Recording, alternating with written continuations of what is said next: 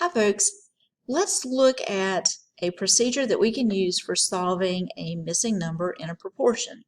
We already know that a proportion is two equal ratios. So we're looking for the number that we need to make it equal. And it may be something that you already know. If I had 5/10 equals something over 2, you'd go, oh, 5/10 equals 1/2.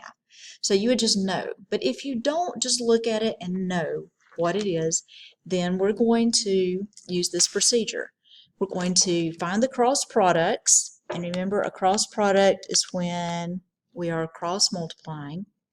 And then solve the equation and then check. So finding our cross products, 2 times x equals 5 times 8, and that is 40.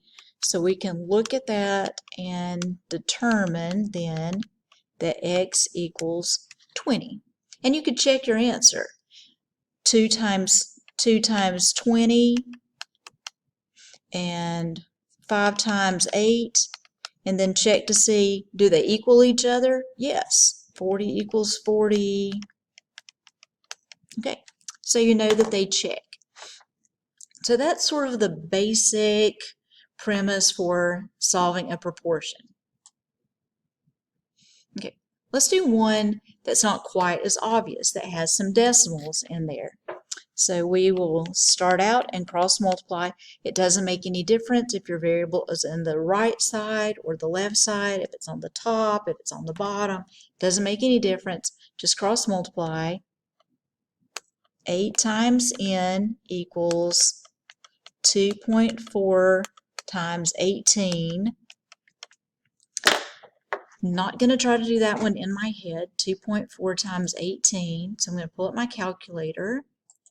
2.4 times 18, and that is 43.2.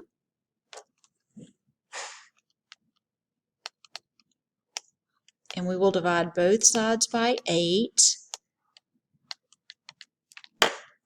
43.2 divided by 8 divided by 8 is 5.4. And this time we could still check our answers. 2.4 times 18, 2.4 times 18,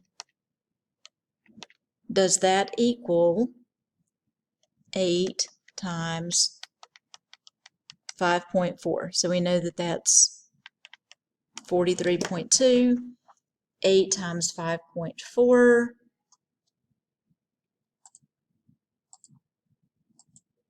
43.2.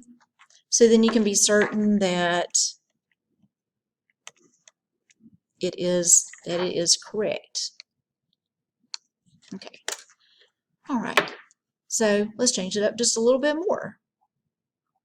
What if we suddenly have a complex fraction or a fraction within another fraction? It will still work the same way. So we have y divided by 1/3. Does that equal 6.5?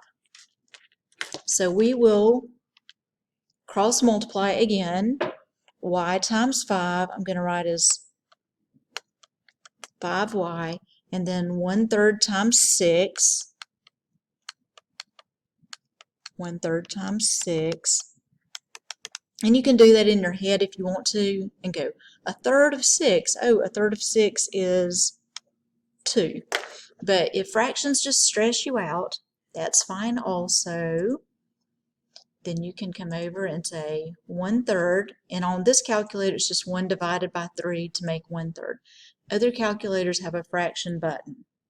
1/3 times 6 is 2.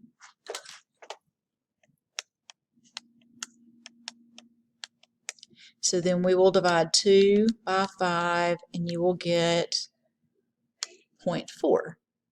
And then you could plug that back in and check it, and it should work exactly the same way.